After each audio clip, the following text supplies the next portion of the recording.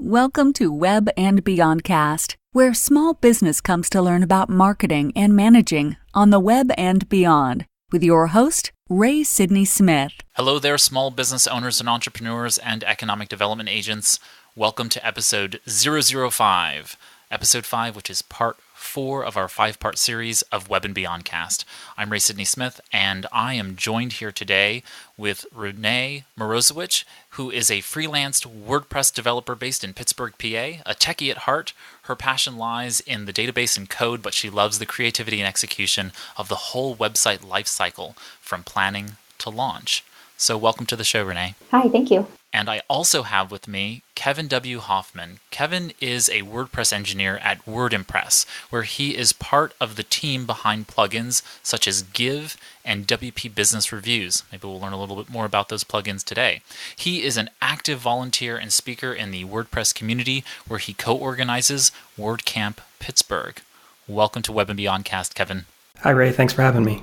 Great. I'm glad to have both of you aboard for this expert panel. And what we're going to be talking about regarding building a website today is actually something called WordPress, which many of you may have heard. Maybe you even have a website that's based on WordPress. Maybe you have thought about launching a WordPress website, but you're really not quite sure what WordPress is. Today, what I'd really like to do is to talk about some of the fundamentals around what WordPress is, what are themes, what are plugins, and how do you hire someone to design or develop a WordPress website? So I wanted to start off the conversation with you both with the very fundamental question of, what is WordPress? This big behemoth of an animal that runs a quarter of the world's websites. What is WordPress? So WordPress is a content management system that allows you to manage your digital content, whether that is blog posts, articles, images, anything that you would normally host on a website. WordPress gives you sort of a visual interface to manage that content. But one of the key concepts when you first start to look at WordPress solutions is to understand this difference between WordPress.org and WordPress.com. So WordPress.org is an open source content management system, which I work in every day. And it's a really flexible option for those of you who may be looking for e-commerce solutions that want to extend their website with plugins and a large list of themes. And WordPress.com is what we call a software as a service. So if you're looking to just get a website up as quickly as possible and have your hosting and support all provided for you, WordPress.com can be a great solution. You just need to understand that your options will be far more limited on the .com side. But as far as my day-to-day experience, it's on the .org side. WordPress started as a blogging platform, and I think that maybe some people think that it's only still for blogging, and maybe your business doesn't have a blog or doesn't need content like that. However, I think it has evolved greatly in the past few years, and now it's fully customizable, and you can really use it for almost anything now. Yeah, absolutely. I started working with WordPress almost 8 years ago, when it really was focused on blog-centric websites. And I've seen it sort of evolve into a more full-fledged content management system. It started with the introduction of custom post types, which allowed you to add content outside of just blog articles, and to really manage your content in an organized fashion that any small business owner would be looking for, who needs something a bit beyond just a small collection of pages or blog posts.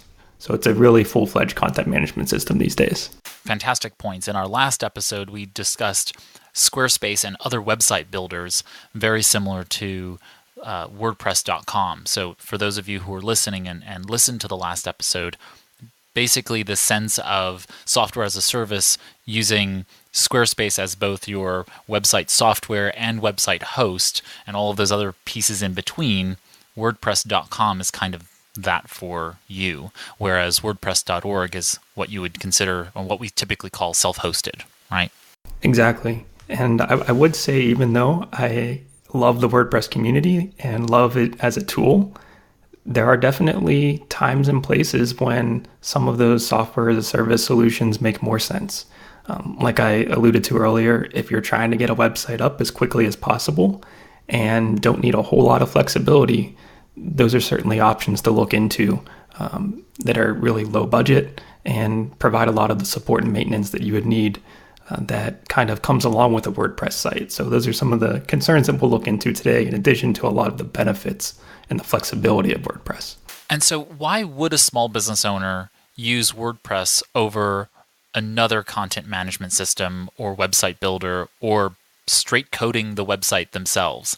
I know there are probably some industrious listeners out there who are thinking, well, I'll just write my own code and I'll throw up a website and that will just be good enough because it'll be an informational or brochure type website. And I really don't need something like WordPress or another content management system. And there are several other open source content management systems, correct?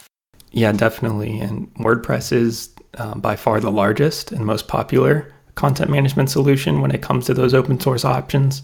But I would say that the fundamental reason to choose WordPress rather than coding your own site from scratch is, although it may be a short-term time investment up front, it will save you so much time in the long term in terms of anytime you want to add a new article, edit page content. You're not digging through HTML source code to do that. You're simply logging into your website and a visual interface that you understand, that you don't need to know a lot of that code in order to manipulate. Editing and updating and adding new content over time becomes a much simpler process as a result. I think too that because it's such a popular solution, it's very easy to find help in the form of another person, the WordPress community, or even just online resources. There's tons of blogs and other articles that you can search for any problem that you have with WordPress and find a solution relatively quickly. There's a huge community that supports WordPress. It's very easy to find someone at a reasonable and affordable rate to come help you with WordPress, whereas with some other content management systems, that's not so easy to find. And I guess the internet makes people closer, so you are able to find, say, a Joomla or Drupal developer, some other open source content management systems. But if you need someone to help you with a WordPress website, it's pretty easy to find. Do you find that to be the case? I think so. I think that it's easy to find someone at a meetup, online. There are WordCamps all over almost every weekend. It's definitely easy to find someone. I think that WordPress is definitely your best bet in terms of finding help elsewhere. But I have seen that we are in kind of a transition period where small business owners especially are still a little bit hesitant to work with developers remotely.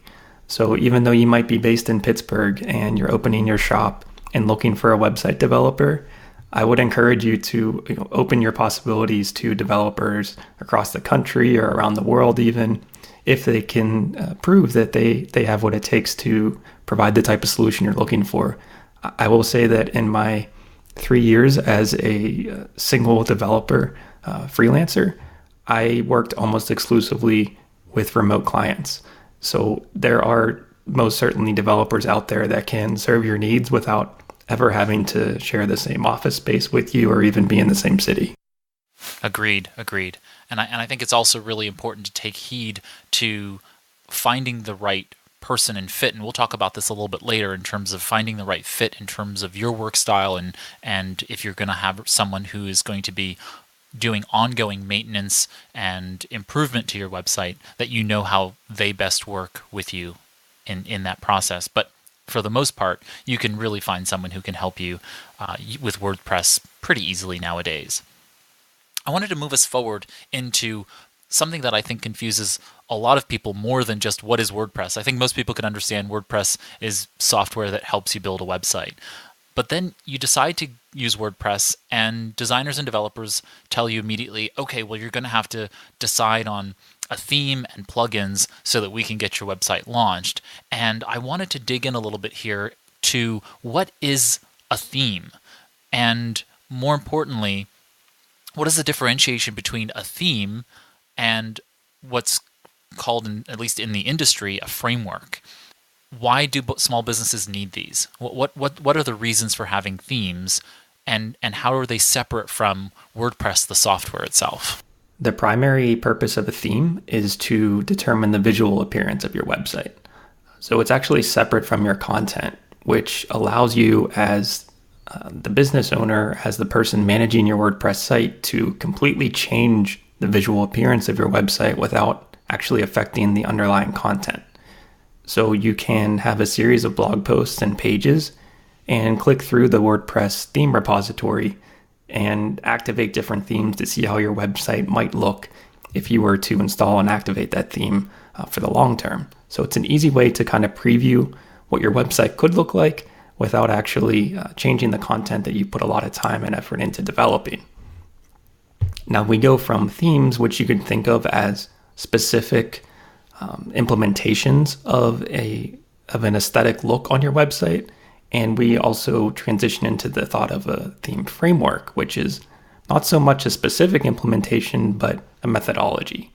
So there are various theme frameworks in WordPress. Probably one of the most popular is called Genesis. And the important differentiator is that a theme framework can spawn an unlimited number of themes. It's just a way of approaching that theme and building it to a certain specification. One that I worked with for a long time was the Roots Sage starter theme. And that is more of a developer heavy implementation of a theme within WordPress. And it kind of determines the entire approach you take when you're developing and building out a theme. And that can limit the potential developers down the road that can help you with your website. So that's, I think, the most important thing to consider when you're looking at a theme framework, is that as the business owner, it may not mean much to you up front, but it could determine who's able to help you with your website down the road. And Renee, I know that you're more the database coder, and so what's going on under the hood of WordPress when it comes to themes? What is the theme fundamentally doing to the WordPress code? Because the WordPress code is pushing PHP, right? It's pushing this web language, and it has to be rendered in HTML for our web browsers to be able to view. And so the theme, as Kevin said, is giving us the visuals. What's happening there? How do those two sort of connect in layman's terms? So you can think about it in about 3 different layers. So you have the database where all of the data lives. So all of your images, all of your menu options, your posts, your titles, your users, everything lives there. Then you have that PHP code that goes into the database and pulls out the appropriate information. And combined with your HTML and CSS, it determines how your pages will look when they're displayed on the screen. So basically the theme is keeping your pages consistent. So each of your posts looks the same way. Each of your pages, looks a similar way. Your home page looks a certain way. So all of these things are tied together to present consistent, cohesive website. I was thinking that one way that you might understand a theme is if you've ever used PowerPoint before. So when you go into PowerPoint, you have the basic generic template. So you could think of that maybe like a theme framework. And under the options, you can apply styles and layouts and designs, and that would be similar to a theme. So for people who've used PowerPoint before, maybe that might make a little bit more sense. Definitely, that's a great analogy. It renders the front end of your website in the way in which you believe you want it to look. What are the challenges that business owners face when it comes to themes? And I want to talk a little bit here about what should business owners really know about the themes when they're attempting to choose them. How do they choose the best theme for their business? And what should they know about it? For example, I frequently talk to clients about how much functionality should be present within a theme, because many WordPress theme developers now try to put a lot of functionality into themes, and there's a debate over how much functionality that we'll talk about when we get to plugins very shortly should be in the theme versus that which should be present in your WordPress plugins and in the functionality of the WordPress core. How do you explain that to people in terms of what they should look for and what they should avoid when it comes to themes? Yeah, Ray, what you're referencing in terms of what you need to look out for is becoming more and more important these days, especially because we're seeing the rise of these all-in-one themes. I remember when I was starting out in WordPress, you could find themes from any number of developers all across the web. There wasn't much of a concern as to how popular it was or whether it would be around for a long time. It was just that you found a great looking theme and you wanted to throw it on your blog and you were set for the time being. These days, I feel at least that the theme ecosystem is kind of shrinking in terms of the number of players involved. We're seeing themes like Divi, technically plugins, but page builders like Beaver Builder. These are really taking over what used to be a kind of a niche-driven theme ecosystem where you would seek out a theme that fit your business specifically. Whereas what we're seeing nowadays is multi-purpose themes, which can really become the website for any type of business. So the risk that you run in going with those multi-purpose themes is exactly what you mentioned, Ray, that you might get way more functionality that you need, which results in something we refer to as theme bloat. And bloat can slow down your website if it's not coded in the proper way because it's loading a lot of resources you may not even be using. But it could also just complicate the user experience unnecessarily. So one of the key points that I recommend to business owners when they're looking for a theme is to first define your content. I know that it's really tempting to go to WordPress.org and immediately start browsing the theme repository, but you need to know and understand what content is going to be on your website so that it can then fit into the right theme and not vice versa. A lot of times you may see a pretty layout or a theme or a color scheme that appeals to you, and you install that theme, and before you know it, you're so far into the process that you realize, hey, this theme isn't really right for the content that I need on my website. So content first approach would be my biggest tip to business owners. I think another thing to look for is a theme that has been maintained. So one that the developer is still working on and continually making changes. Themes that have more than just a few users, kind of like road tested by other people instead of you. Just basically doing a bit of research. And I totally agree too with defining your content first and choosing a design that works for your content. So when you go to the theme directory, or you find these marketplaces for themes, like Envato has Theme Forest, and there are several others out there, Woo Themes, and I'll have links to these in the show notes.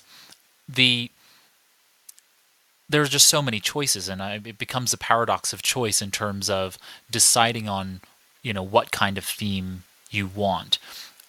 Do you have any just quick tips, tricks, hacks that you have used in the past in being able to narrow down the number of themes that are to be chosen, either from the WordPress theme directory, which are the free themes that are available, or one of these private for purchase themes themselves? Because like you, I think it's really important, like you both, I think it's really important to define your content, figure out what your audience is going to need, and then have that drive the decision for what kinds of themes you would even want to choose. And then you go to the theme store and it's just pages upon pages upon pages of options. What do you do to narrow that down? When you're first looking for a theme and you're kind of overwhelmed with those options, one of the great things about WordPress is that any of the free themes that are available in the directory can actually be installed and activated on your site without any long-term commitment. You don't have to pay anything. You just click install and activate, or even preview, and you can see what your site would look like without having to make a commitment that you feel locked into over a long period of time. And that can be great if you're in the market for a free theme, and there are some great free themes out there, especially if you have a certain type of site in mind. For example, if you're in the market for an e-commerce site using a plugin like WooCommerce, there's a great free theme called Storefront that is sort of specifically developed to work with e-commerce sites. So I know I said earlier, don't feel like you need to be locked into a theme that's specifically for your niche industry, but do look for themes that are matching the functionality that you're looking for in your site. So if it's e-commerce, there are certain themes that certainly play better with web shops. On the flip side, if it's more of a magazine site or a online journal, there are other themes that are more suitable for that purpose. So again, identify your content and your functionality, and then look into the aesthetic appearance of your theme. Most sites allow you to filter also on functionality, features, other things like that. So you can go in and instead of just looking at all the WordPress themes at once, page after page after page, you can use the filter feature to determine things that you do care about or don't care about. You could also rely on recommendations for other people. So if you know some other small business owners who are happy or are not happy with the theme that they've chosen, or you could read reviews online, you can get some feedback that way also to try to narrow your choice down. Great recommendations. I know that one of the issues that I frequently come across is that a client will be working with a website designer, they'll choose a theme, and then they'll install the initial theme, and it looks nothing like the demo theme, right? I'm wondering if you've experienced this also. Why is that? Why does it not look like the demo? And how should people address the difference between the demo that they view of the theme and what it's going to look like once they click activate or preview to customize and set it up? Yeah, it definitely requires some foresight and some imagination at this point in time. It's the problem that you mentioned of seeing a great looking preview of a theme and then installing it on your website and being underwhelmed is really one of the biggest issues that we're kind of actively working on in the WordPress core development. And there are some open issues that are being developed that allow you to kind of install the preview content that you see on the directory into your website. So you do have that more one-to-one relationship between what you previewed and what you installed. But that's very much in the works right now. But currently, when you install a theme and you may see sort of a blank slate that subtly references the theme you're looking for, but isn't quite what you imagine, just look and understand that the theme is really providing the blueprint for your site. And once you start to populate it with content, it may start to sort of resemble that vision you had in mind that you saw in the directory. It's sort of like Field of Dreams. If you build it, they will come, right?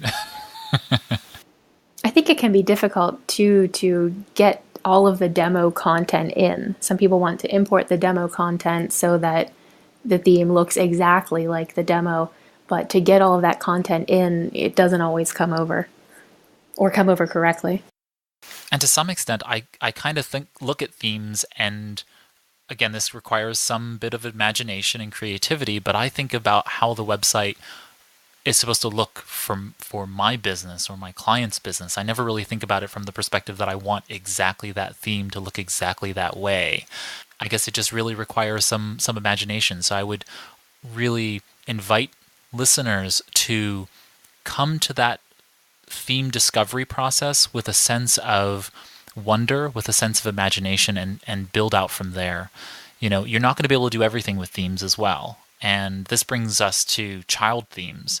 And what are child themes, and why should small business owners have child themes? So the primary purpose of a child theme is to extend the parent theme, which means if you install a theme from the directory, or maybe you purchase a theme from one of the marketplaces, and then maybe you want to change the size of the heading on your homepage, or you want to go a little bit more than just adding some custom CSS, and maybe you want to edit the page template, and you might want to add a byline under each of your blog post articles.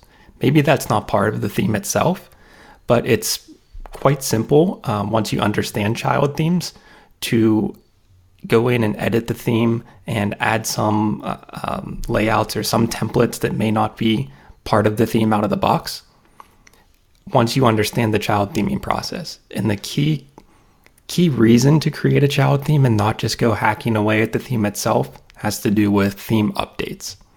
So WordPress has a built-in update system that allows developers to update themes and plugins over time. And one of the pitfalls that a lot of new business owners who just got their WordPress site will fall into is they start to edit their themes and plugins as they were installed. And what that means is that the next time you get an update, all of those changes might disappear on you because all the theme knows is that, hey, my original developer has some changes to push to my website. So they go and grab those changes, overwriting anything that you might have done. And that's where child themes come into play. So a child theme is kind of like a theme that extends the parent theme that you have total ownership of. So even if that parent theme gets updated, you can rest easy knowing that any changes you made will persist on your website even after those updates. So that's the key reason, is to keep your changes separate from any changes to the parent theme. They sound a little bit scary and maybe a little bit difficult, but a lot of pre-purchased, prepackaged themes nowadays come with a child theme. So when you install your theme, you will actually install two themes, the parent and the child. And the child is the theme that you activate. And that's the one where you'll make all of your changes. If your theme doesn't come with a child theme, there are resources online that will show you how to create a child theme. It's not very complicated. I remember doing my first child theme and getting flummoxed by, all of the various coding pieces and so on and so forth. And it's really become much easier today than it used to be. Especially when they include them now. One thing I would add to the child theme conversation is a recent change to WordPress added a custom CSS box in the customizer of your website. So if you go into the customizer, you can actually add CSS on top of your parent theme and not be at risk of losing those changes when the theme updates. So historically, if you just wanted to change, the size of one heading, you would have to make a child theme just to accomplish that small task. One of the nice changes that I just referenced was this custom CSS box, which allows you to paste, a small amount of CSS just to make some of those minor changes into your website without having to go through that entire child theme process if that seems overwhelming. And for those who might not know, CSS stands for Cascading Style Sheets, and it's the language that controls the look of your website. It's the actual code that's rendered in your web browser to help structure the visual styling and the layout of the website. Just one quick story from our last meetup. We had an attendee who was just getting into a WordPress.com site and wanted to explore some of the themes that were available. And that brings us back to that, opening distinction between WordPress.org and WordPress.com. You need to be aware of which of those platforms you're on, because if you sign up for a .com site, you're going to be limited to only themes that work through the .com directory. So you may start Googling for, best WordPress theme for a marketplace, for an online journal, and you'll see some really great themes, but understand based on which of those platforms you're on, .org or .com, you may be limited in your options. So generally speaking, there are a lot more themes available if you go the self-hosted route with .org. Just be aware of that. Yes, I believe that WordPress.com has about 300 themes available within its premium theme directory. I wanted to move us along in the conversation to our next segment on what are plugins and some of the recommendations for what plugins small business owners should really have, which ones they need and maybe they might want. I frequently want more plugins than I need. And then some of the pitfalls that small business owners face when they have plugins, such as updating or keeping them maintained in some way, shape, or form. Can you define for us what a WordPress plugin is in relative to WordPress core, the primary software? We've now talked about the theme, frameworks, and child themes. What's a plugin? So basically a plugin is a chunk of code that adds some additional functionality to your site. So ideally, plugins are easy to install and should be quick to configure. So if you think of it like an app for your phone, if you want to track how much you weigh or map the run that you're going to take on Saturday, you can install an app for that. So a plugin is very similar to an app. So one popular example is WooCommerce. If you want to sell physical or digital items on your site, you can install WooCommerce to do that. Yeah, one of the really nice things about plugins is that it allows you to keep WordPress core very slim in terms of the number of resources it needs to power a website, so that it provides general functionality that everyone's going to need, like posts and pages and content management. But not everyone needs an online shop. Not everyone needs to host a podcast on their website. But if you do, that's when plugins come into play. So they extend your core functionality of WordPress to do some of those more specialized things that you need for your business. Great explanation, and I think it's really important for people to take heed to the fact that WordPress plugins are super powerful. I mean, they're very, very powerful to extend the abilities of WordPress, but there are some things that it can and can't do. I want to start off with what a WordPress plugin can do. I know you, Renee, said WooCommerce exists, the plugin that allows you to create an e-commerce or a store on your WordPress website. But let's start off with maybe some of the more fundamentals. What are the things that you believe every small business owner should really have installed as soon as they implement their WordPress installation? What are the first plugins that you always have small business owners install, and why? I always install a good backup plugin and a security plugin. So I like Updrafts Plus for backups and WordFence for security.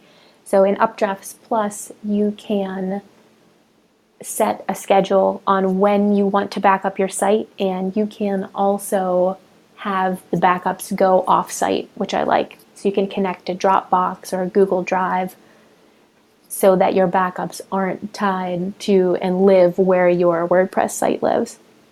I also like WordFence because it can be set up so that you can be notified when your plugins are out of date. So it's a security vulnerability whenever your plugins are out of date. So it will let you know, hey, it's time to update this plugin or that plugin, so that you know to go in and make those changes. So those are the two that I always install on every site. I always try to think about the plugins I need based on the functionality that every website should address.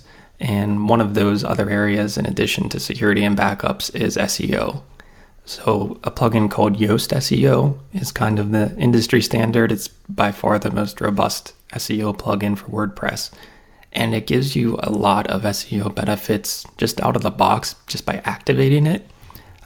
Some things that I know a lot of small business owners don't quite think about until a post from their website lands in their social media feed is how a post looks when it's shared by other people. So with something like Yoast SEO lets you customize the image that appears in Facebook when an article is shared, or the title that shows up, or the description when you search for your website on Google.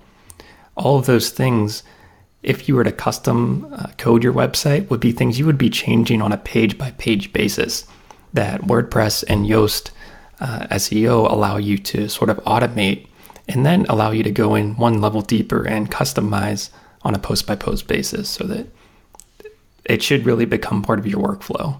That when you add a new page or a new blog post, you're also adding the meta description that's going to appear in Facebook and Twitter when that article is shared, and you really address the whole pipeline from start to finish. And the other one I would mention is to have an analytics solution, so that you know what your website is doing, how it's performing, and you're not just playing guessing games in terms of the popularity of what worked, what didn't. And there's a great plugin called Monster Insights that makes including Google Analytics on your website an absolute breeze. You don't have to get into your theme files and tweak any code. You just sign up for Google Analytics, copy and paste your account number into Monster Insights, and it basically injects the analytics code for you. And you can begin to see your traffic, your most popular pages, things like that over time. I'll make note here, because I think it's pertinent, that as many of you listening may or may not know, I'm the Google Small Business Advisor for Productivity. So I primarily talk about G Suite, Google My Business, and the various other products that Google has, Google Analytics, and so on and so forth. And one of the things that I frequently explain to new clients is that when they install WordPress and they get set up, that you really do want to install something like Monster Insights plugin first, and then get analytics connected, and then immediately thereafter set up Yoast SEO, because it allows you to connect to the Google Search Console. So if you don't know what the Google Search Console is, it's the way in which Google crawls your website or looks at your website for purposes of feeding data into Google's search engine. And it just makes it a breeze to be able to use Monster Insights, connect it, have analytics running, and then once analytics is running on your website, then verifying with the Google Search Console is that much easier because you can tell it to verify the website against your activation of Google Analytics. So just a little quick tip there in terms of being able to get all of that set up. And while I'm on my high horse, make sure you have a Google My Business listing and make sure that you have your Google Analytics set up and your Google Search Console set up. I can't understand how many businesses don't have those things set up and how important they are for it. While we're on the topic of kind of favorite plugins, I know that with a lot of small business owners listening, we should probably address the types of e-commerce that you can accomplish with WordPress. Because businesses are often looking to sell something through their website. So the 3 types that I identify are physical e-commerce, which sounds kind of like, what physical and e-commerce, how do those 2 things go together? Well, it means that you're selling physical goods through your website. And that's a great solution for that problem is WooCommerce. So that means that you go onto a website similar to kind of an Amazon.com experience, place an order, and then a piece of merchandise arrives at your door. WooCommerce is an excellent solution for that. But there are a lot of businesses that sell digital goods. So we have digital e-commerce. And there's a plugin called Easy Digital Downloads that really excels at selling those digital goods through your website. And it doesn't include a lot of things like shipping and calculations for inventory and a lot of that functionality that is inherent to physical goods. Digital goods don't need that, but they may need things like software licensing or digital coupons that can only be redeemed a certain number of times. Easy Digital Downloads provides a lot of that functionality, and both of these plugins, WooCommerce and EDD, as you might hear it called when you start looking into these options, they have entire ecosystems around them. So they have add-ons that extend the plugins themselves, right? So we have WooCommerce extending WordPress, and then we have add-ons extending WooCommerce. If you want to do specific things like maybe calculate shipping rates to different parts of the country or different countries around the world. So those are 2 big ones, physical and digital e-commerce. And then just as a disclaimer, I'm a developer for this plugin, but Give is another great option if you do nonprofit e-commerce, meaning you accept online donations through your website. The important thing is to just recognize that just selling something through your website can be accomplished in a lot of different ways, but there are specific plugins for specific reasons of why you're selling that can make a lot of difference in reducing headaches down the road and really catering to your business. And since you also commit to the WP business reviews, what's that plugin all about and what's its functionality? Sure. So that's a new plugin that is in development, and it kind of connects to your point earlier about making sure that you have your Google My Business account set up. You also want to make sure that you have an ongoing flow of reviews coming into your business. So what WP Business Reviews does is allows you to grab reviews from your various social networks, Google, Facebook, Yelp. Hopefully your business is registered on at least those big 3, and you're getting reviews on an ongoing basis from those platforms. What WP Business Reviews does is allows you to take those reviews and display them on your website all in one central location so that someone might find you via Google, click into your website, and never see those great reviews. That's what this plugin is all about, is showcasing those reviews directly on your site where your customer is making a purchasing decision. And when you mean by in development, does that mean that if a person's listening right now and wants it, they have to wait, or? So we have a landing page up right now at wpbusinessreviews.com. where you can start to see how that plugin is going to work and the types of review galleries and the different display formats you'll be able to present your reviews in.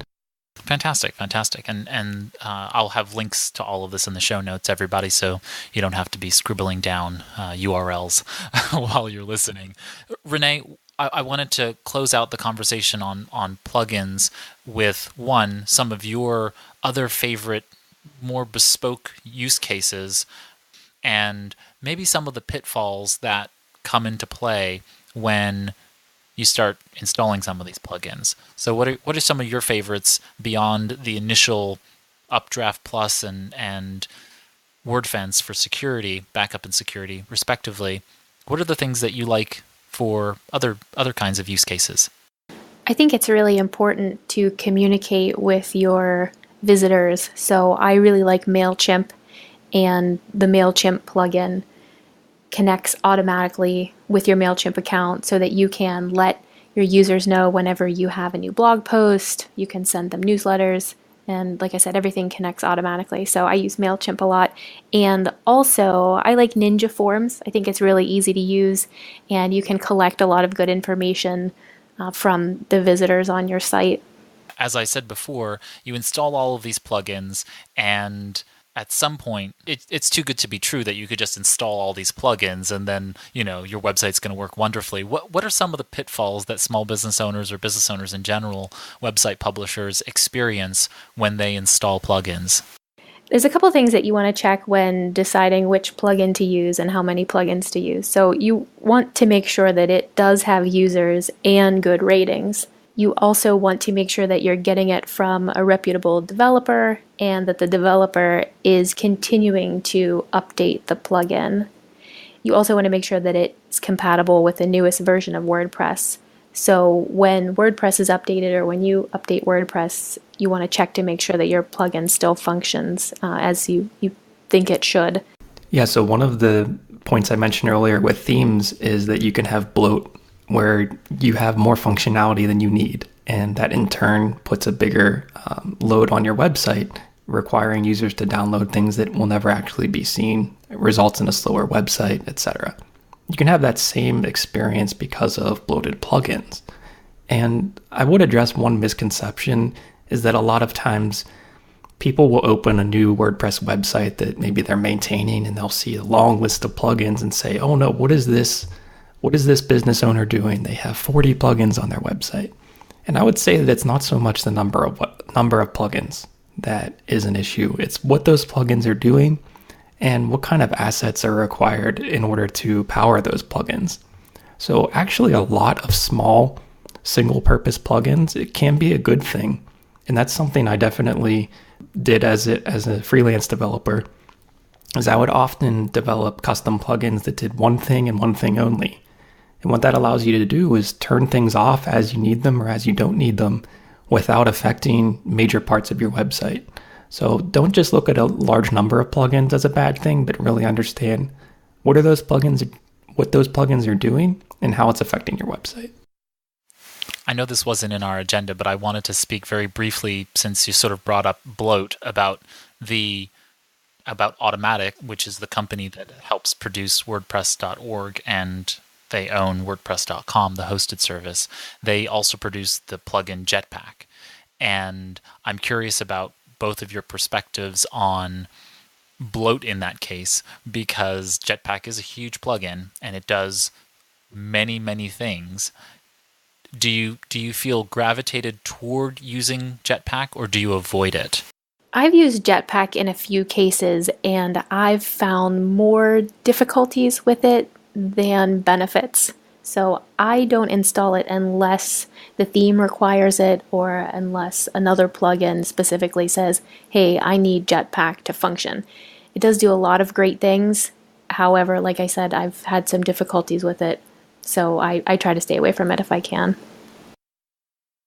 I would agree. I don't use Jetpack too often, but it's not necessarily because of the bloat, because I think even though it does include a lot of kind of unrelated modules, it does a pretty good job of only activating what you've told it to. So if you need a contact form, you can kind of turn that module on. And if it's not on, those resources won't be loaded. So, I mean, the team behind Jetpack are really some of the best WordPress developers.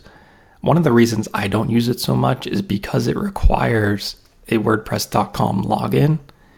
even if you're on a .org site. So that sounds confusing just to say, right? Imagine if you're a client trying to configure Jetpack and they're thinking, oh, my developer Kevin just gave me this whole explanation about WordPress.org versus .com, but now I need .com to use it on .org.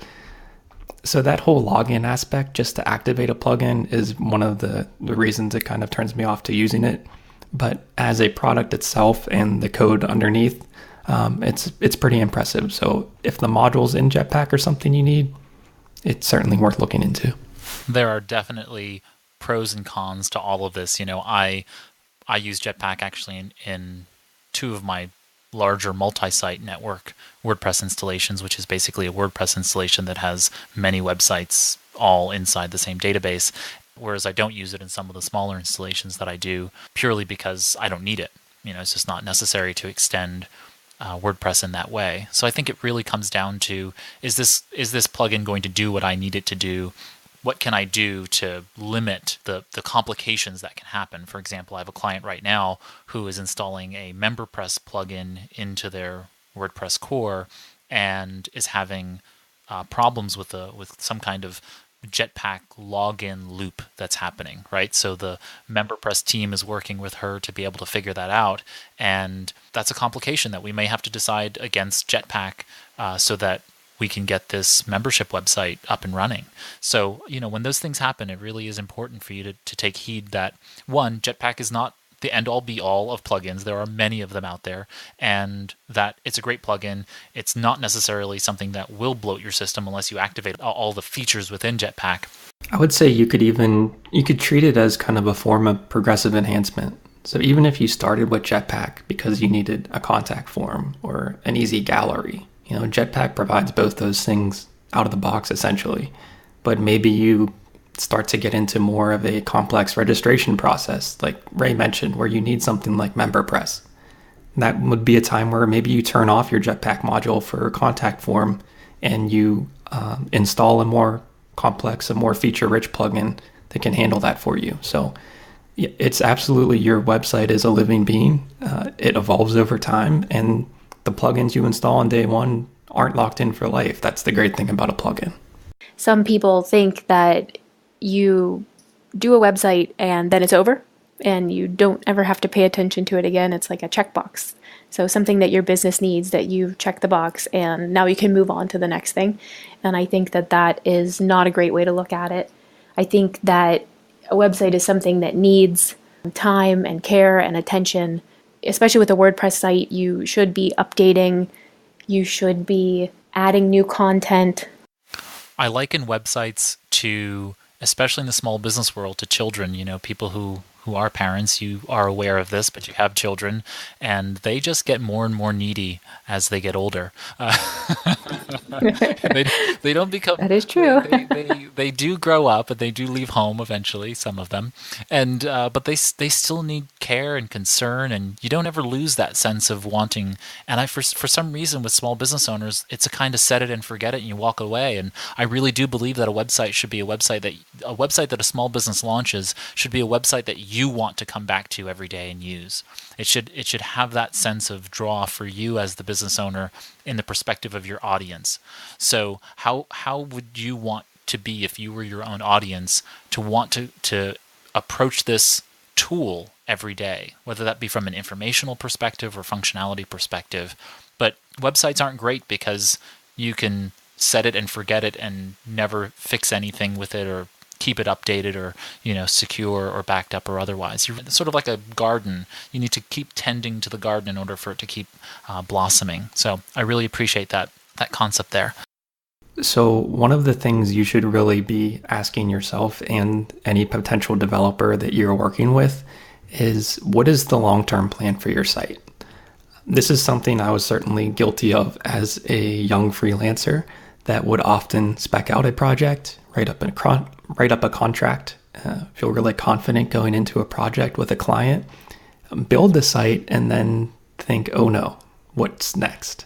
Because as we know, WordPress sites, themes, plugins, they all require updates to keep them secure, to keep them working and functioning together. So you need to ask your developer, what is the long-term plan? And that can go, I would say, one of two ways. Either they are in the business of maintenance or they're not.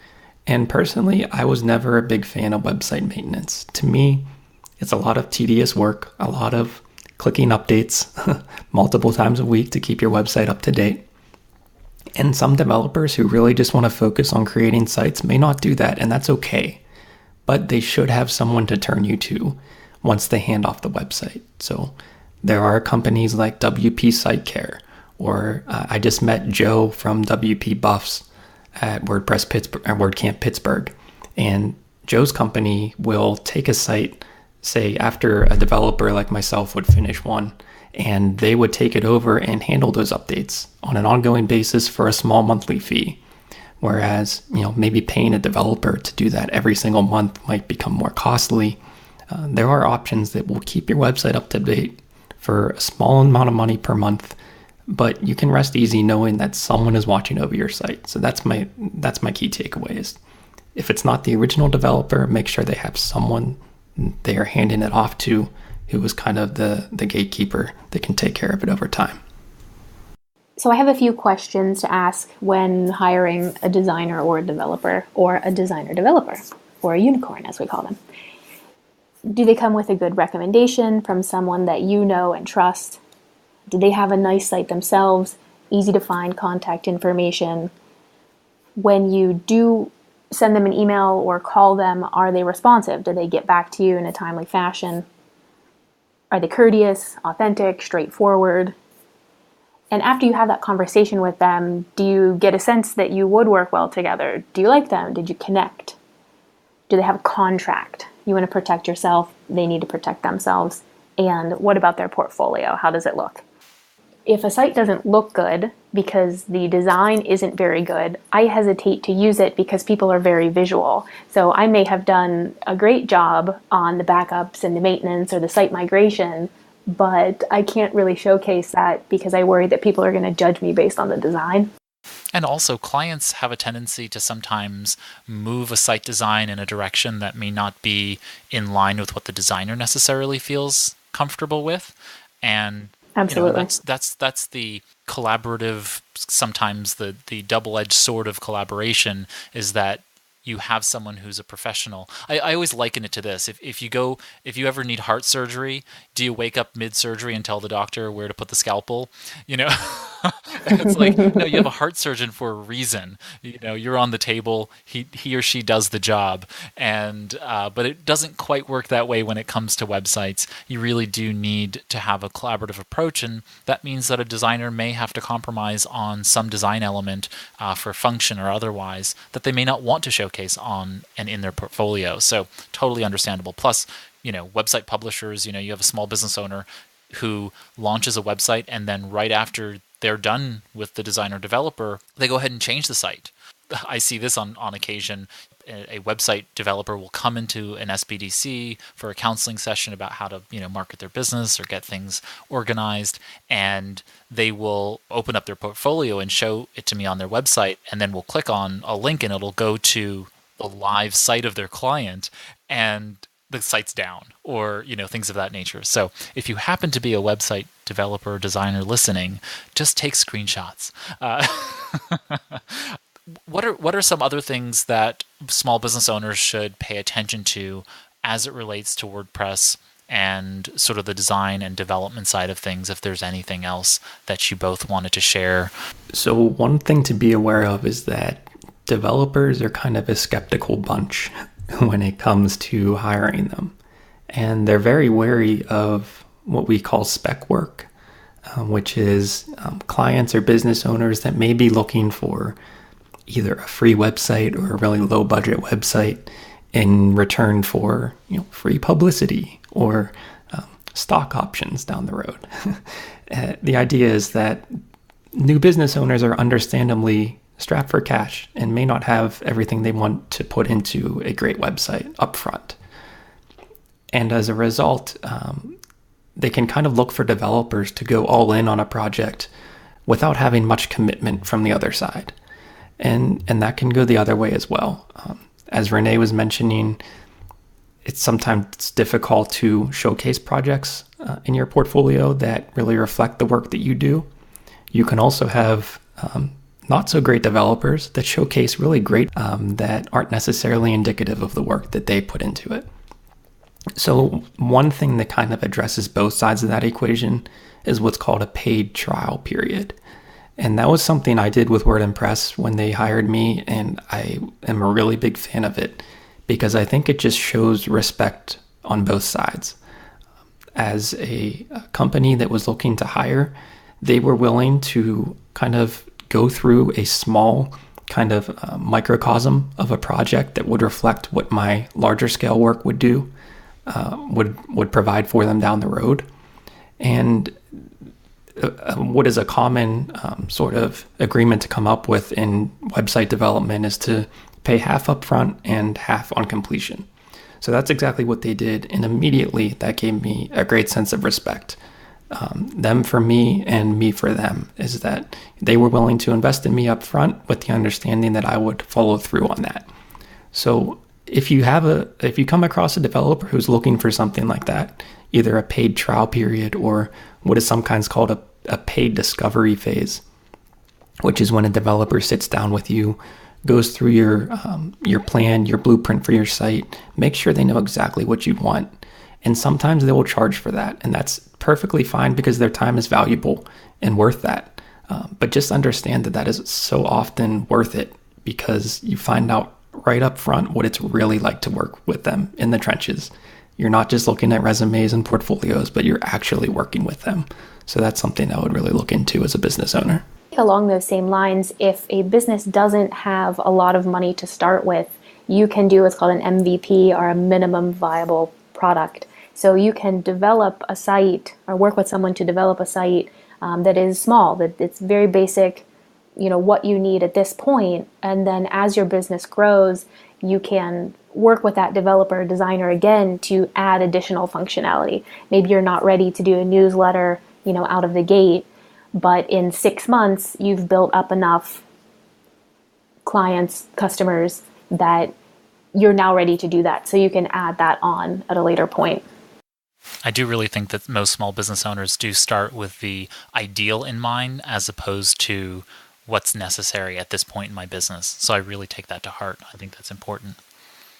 One thing that I will add and end on a note is, especially when you come to this point in choosing a website platform like WordPress and you get through all of this, make sure that you have what I call a TMP, or a tweak maintenance plan. I talked about this in episode 2 with Ryan Cleland of W Street Design, and I think it's something that I just really believe in. It's whether it's something that's contractual with the person you're working with, or you find someone like these services that Kevin had mentioned to keep your website backed up and secure and updated.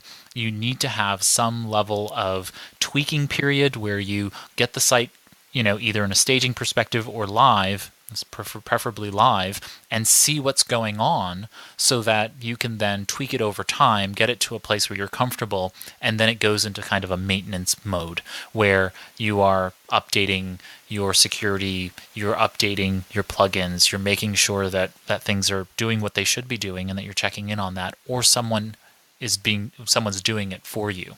So I think that's really important to have. So I wanted to thank you both for being on with me today. This has been a fantastic conversation about WordPress and its fundamental parts.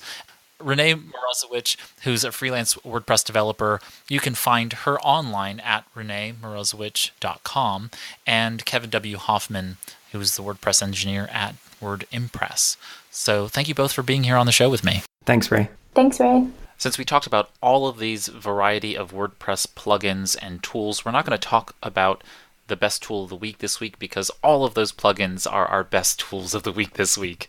That said, that's the end of this episode of Web and BeyondCast. Thanks for listening to Web and BeyondCast, where small business comes to learn about marketing and managing on the web and beyond. I'm your host, Ray Sidney Smith. Until next time, here's to your small business success on the web and beyond.